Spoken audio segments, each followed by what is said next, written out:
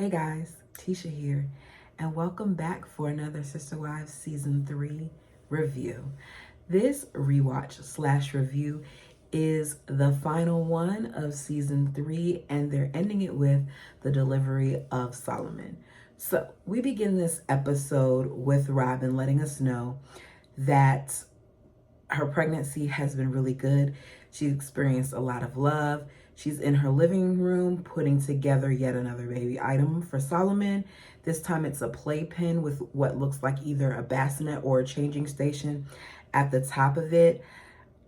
We keep hearing how this family is having financial strains, but yet Robyn keeps buying things for this baby. There are a lot of things that this child has for them to be financially strapped. Robyn says that she's trying to not complain too much because when she complains, Mary reminds her that she needs to be happy that she's even pregnant. So what she does is she sends Mary text messages like, "Good morning, I'm grateful that I'm having morning sickness. Is it all right if I'm late?" We find out from Robyn that she's soon due, so she's gonna have a checkup with her midwife later. We then see Janelle sitting at the table with her kids for dinner. We find out that it's been 9 months since the kids moved, and the kids are still having problems adjusting. According to Cody, they're still bitter. Maybe they wouldn't have been so bitter if they had a chance to adjust to a new wife, or if they had a chance to adjust to them going public, or they actually got to be prepared for the move. Everything was so sudden. So the fact that he says that they're bitter the way he does, it annoys me. Janelle says that Hunter is doing better than he was. He's slowly progressing. He's coming out of his room. He's joined basketball. He's doing little things, but he lets her know almost daily that he misses Utah. Madison, too, is struggling. We're hearing that she was very connected to Utah during this time period, so much so that she's still interacting with her friends, still talking to them on the phone. She's basically physically in Vegas because she attends school there, but her heart is in Utah.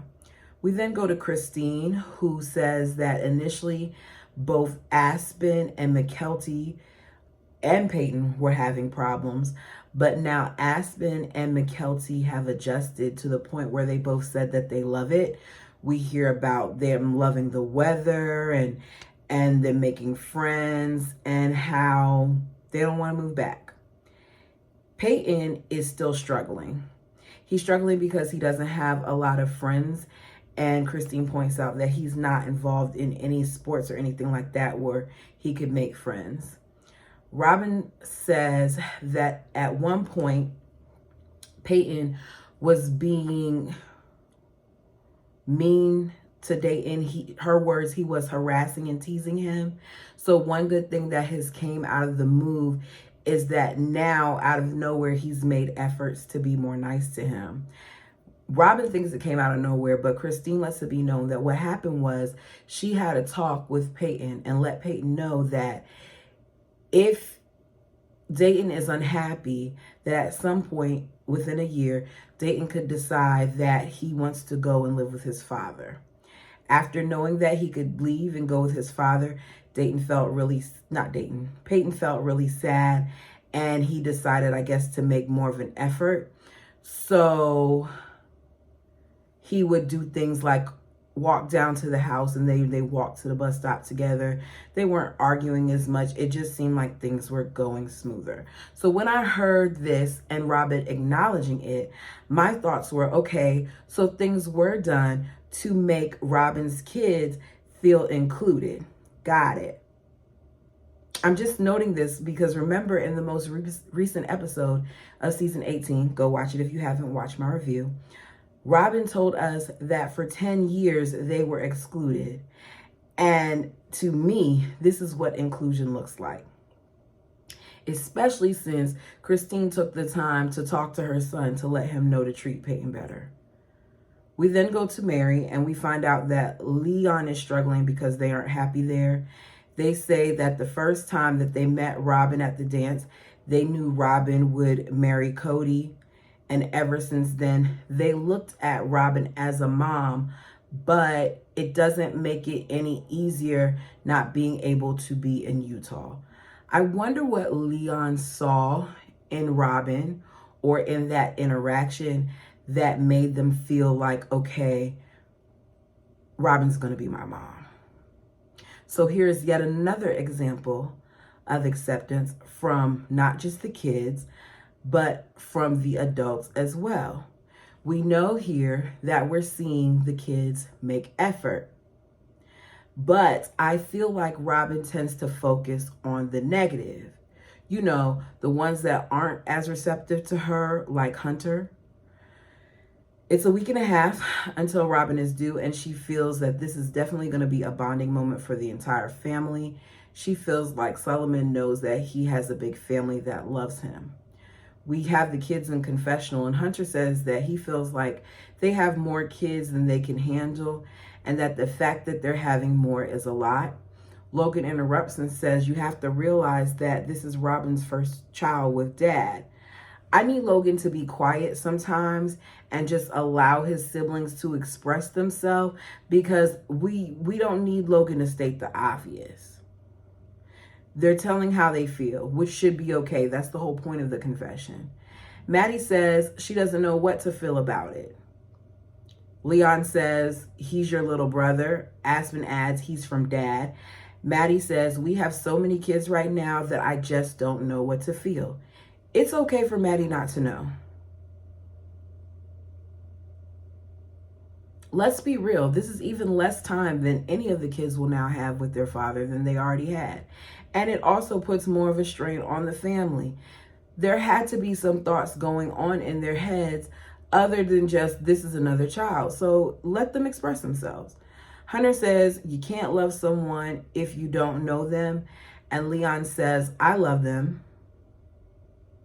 I can see both sides. There are people who bond before children come into the earth, and then there are people who have to wait until after the baby comes. So I'm not going to knock either one of them for their opinion.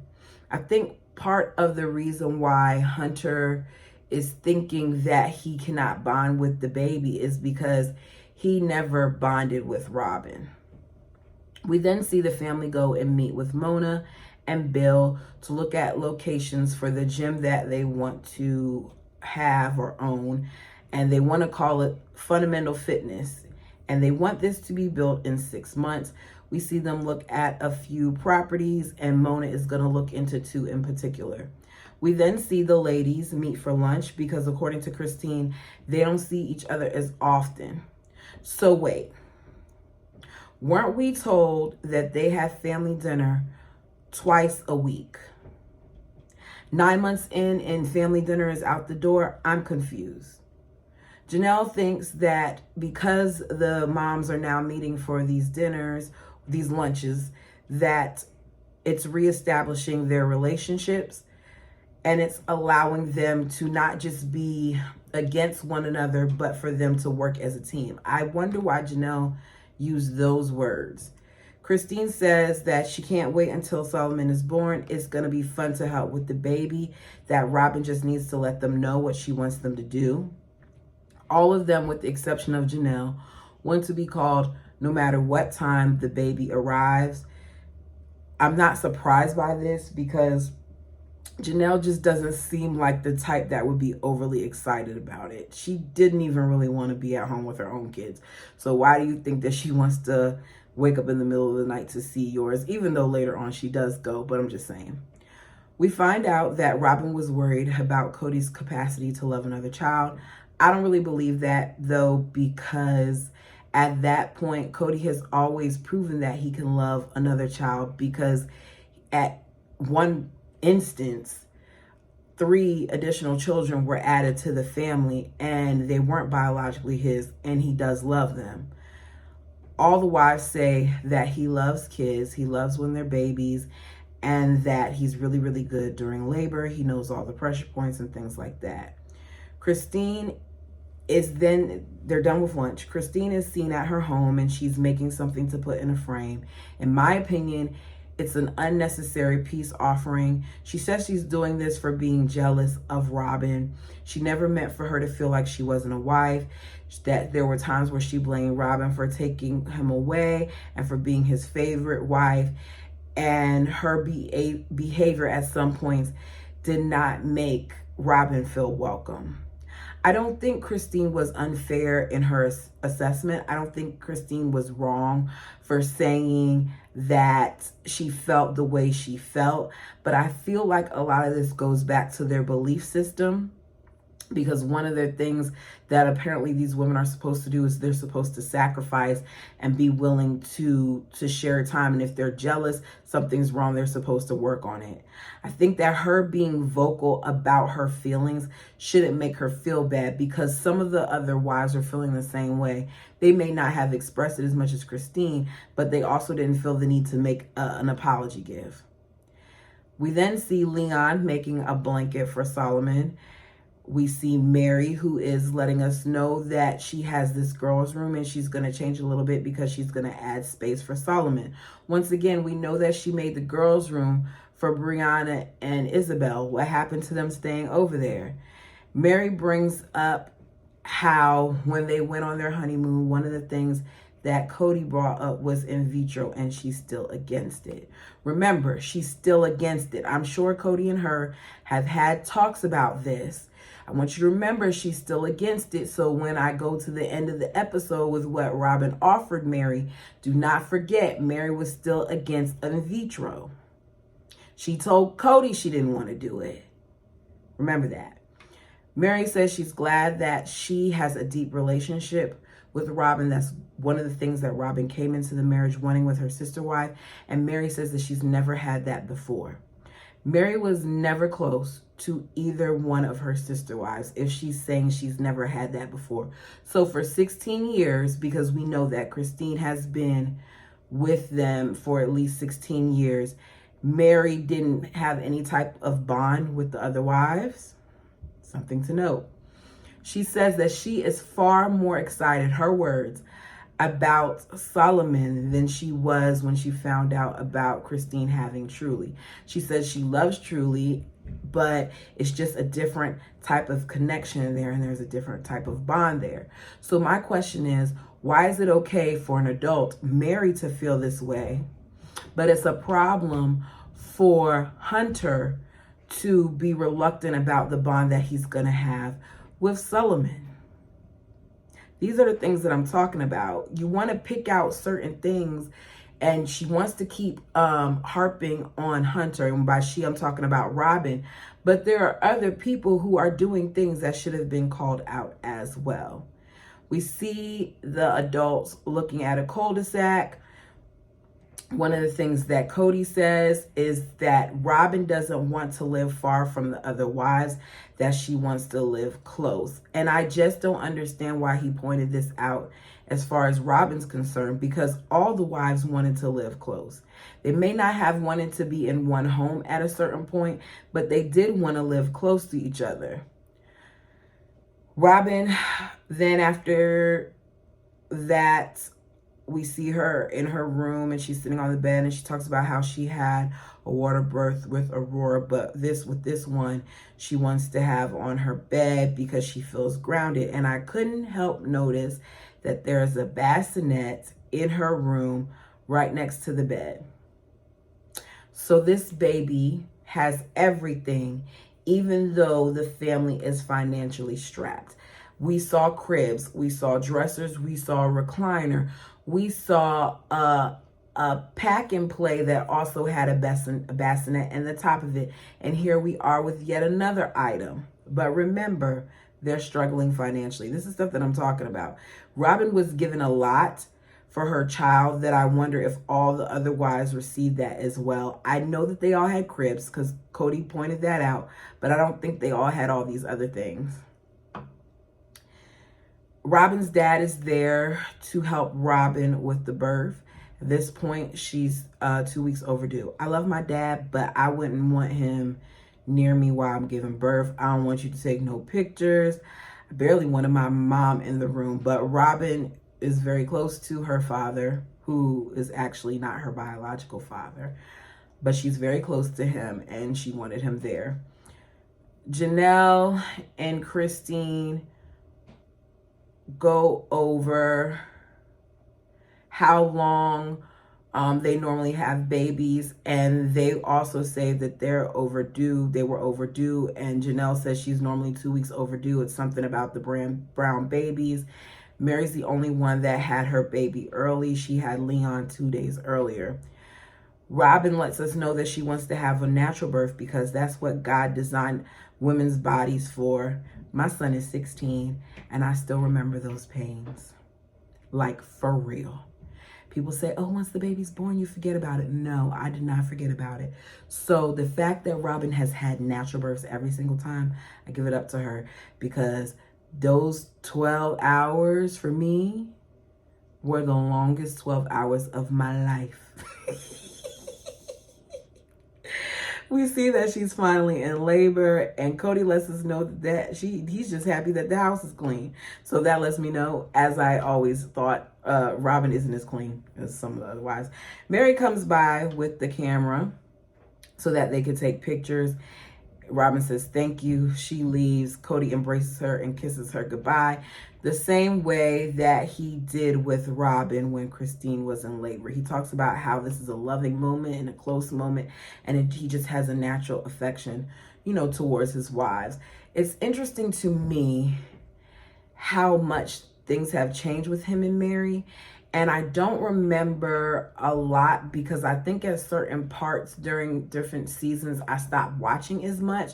So I'm looking forward to seeing how they fell apart and how they got to this point where they are not as connected as they once were.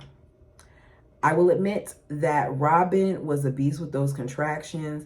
She didn't do a whole bunch of yelling and screaming. She did some different moaning sounds and breathing sounds, but Robyn was a trooper. While she's in there going through labor, Brianna walks in the hall. Robyn's father lets her know that Brianna's out there, and she says, I don't want Brianna hearing me. I don't understand if you were worried about the kids hearing you, why you didn't have Mary take them. It would have made the most sense to me, but I guess you didn't want to have them to get up in the middle of the night to come over to see the baby. But they were going to hear you. She is pushing, and Kody is giving the play-by-play. As the baby comes out and he pulls them up, he says he looks like my little boys. I mean, of course he does. He is yours. After she's done, Kody says he was impressed. She can have his kids anytime, and that he reminds Kody of all his other kids. Mary gets the call that she can come over. She's the first one. And Leon and Mary run over excited. Robyn's family is there. And by the family, I'm talking about the kids and her dad. And Robyn's father lets the kids know your dad is cutting the cord. Y'all know how I feel about him being called dad as a means to erase their actual father. Because it was so soon that Robyn started telling them to call him dad. It wasn't something that they decided to do on their own. So it made me cringe when I heard her father saying it, because it was the same thing that her mother did when Robyn was young.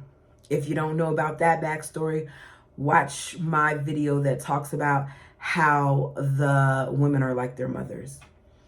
Leon and Mary arrive. Leon is crying as they hold the baby. Leon gives Robyn the blanket that they made. It was a really sweet moment. Robyn wants to hang up the blanket. We then see Christine and Janelle arrive. We hear that Solomon is over 9 pounds and he's 22 inches long. Everyone seems excited with the exception of Hunter, according to Robyn. He's hesitant with her and she's hurt by it. I wish rather than Robyn jumping to conclusions about Hunter, we'd see her just embrace him and have an actual conversation with Janelle later to gauge it, because it seems like she's always looking for something in Hunter just because she knows that Hunter has not bonded with her yet. Robyn asks Hunter, because everybody else has already held him, if you would like to hold the baby, and Hunter walks over to her. He picks up the baby. He looks at the baby and then looks at her and smiles. So come off your soapbox, Robyn. She hopes that they all accept him as their baby brother, especially Hunter. Yes, she added that. She made sure she mentioned Hunter in that moment too. She acts all dramatically to speak to Mary alone. I felt like she was going to complain about something the way that she told everybody to leave the room.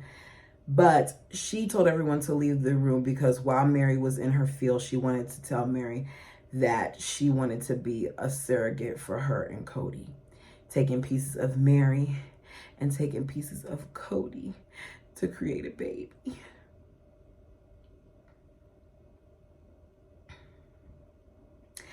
This was the very moment that I knew Robyn was trouble.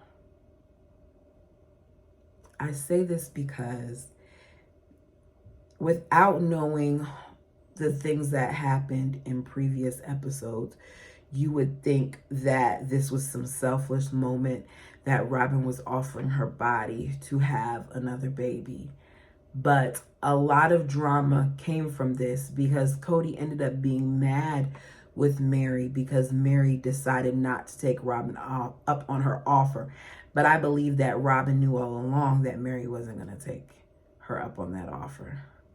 Because Mary, as I said earlier in the beginning of the episode, let Cody know more than once, both during and after their honeymoon, their celebration of 20 years of marriage, that she did not want to go the in vitro route. And seriously, if you're having problems with money, surrogacy is not cheap. And there's a lot that comes with it. Would Robyn be willing to not be intimate with her husband until they know for sure that the baby has been implanted and it's definitely been with Mary's egg and Cody's sperm? There's a lot that comes with it. So I don't feel like Robyn ever meant it. I think that Robyn used it as yet another ploy. I could be wrong though. You guys let me know down below if you think that Robyn really wanted to be a surrogate for Mary. And tell me why. If you don't agree with me, it's fine. One of the things that I like about this channel and about you guys is you're not afraid to tell me your opinions, and whether we agree or not, we have a very respectful dialogue, and I appreciate that. For those of you who have not subscribed yet, what are you waiting on? I'm on the road to 400. I'm claiming it. I have in my mind when I want it to happen, but I'm trying to be realistic about it. The end goal here is to be monetized, and in order to do that, I need at least 1,000 subscribers with some other things as well. I'm starting to see some of those other things, but I need my subscriber numbers to go up. Please like, comment, and share. Until next time. Okay, y'all, I got my clicker. It's flashing, so maybe it's gonna work. Until next time.